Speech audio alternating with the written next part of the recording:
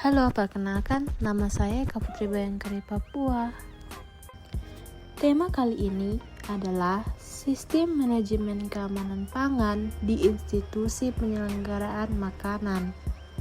Sebelum kita membahas lebih lanjut tentang tema tersebut, apa itu pengertian dari keamanan pangan?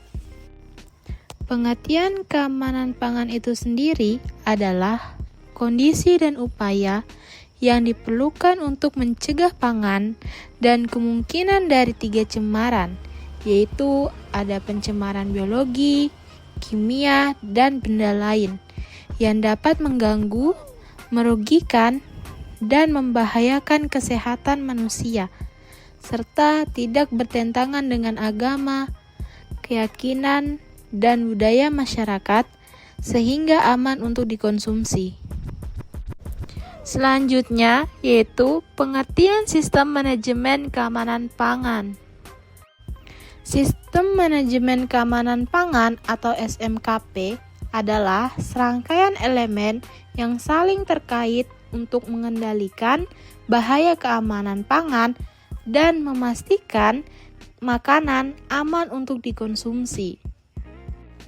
SMKP juga dapat diterapkan dengan menggunakan standar seperti ISO 22000 dan HACCP. ISO 22000 adalah standar keamanan pangan untuk bisnis dalam rantai makanan global. Selain itu, ada juga tujuan dari standar ISO 22000 sebagai berikut. Yang pertama, yaitu mengharmonisasikan persyaratan sistem manajemen keamanan pangan untuk usaha yang terkait dalam rantai pangan. Yang kedua, yaitu memudahkan kerja badan usaha karena hanya menggunakan satu standar sekaligus memudahkan badan sertifikat. Dan yang terakhir, yaitu memastikan standar dapat diperoleh dengan mudah di seluruh dunia tanpa adanya monopoli oleh satu badan sertifikat khusus. Prinsip dasar dalam HACCP harus distandarisasi sehingga dapat memudahkan dalam pengaplikasiannya oleh industri pangan dan juga memudahkan pemantauan penerapan HACCP oleh instansi yang berwenang termasuk pihak industri itu sendiri.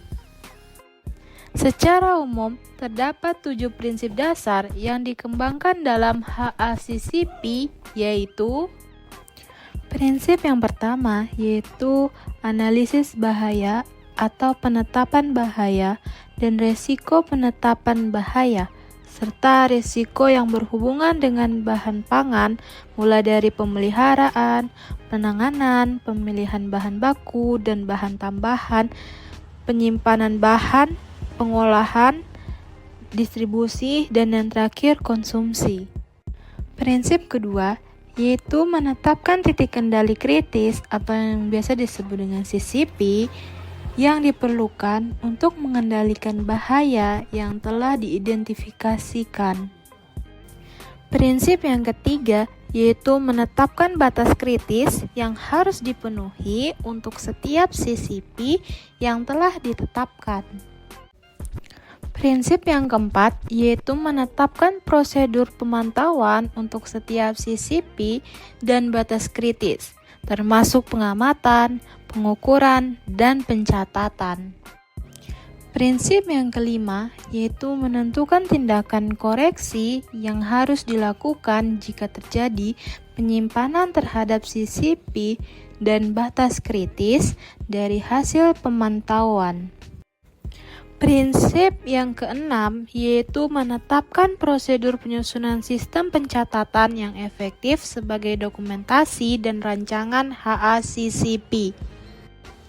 Dan prinsip yang terakhir atau yang ketujuh yaitu menetapkan prosedur verifikasi untuk meyakinkan bahwa sistem HACCP sudah dilakukan secara efektif.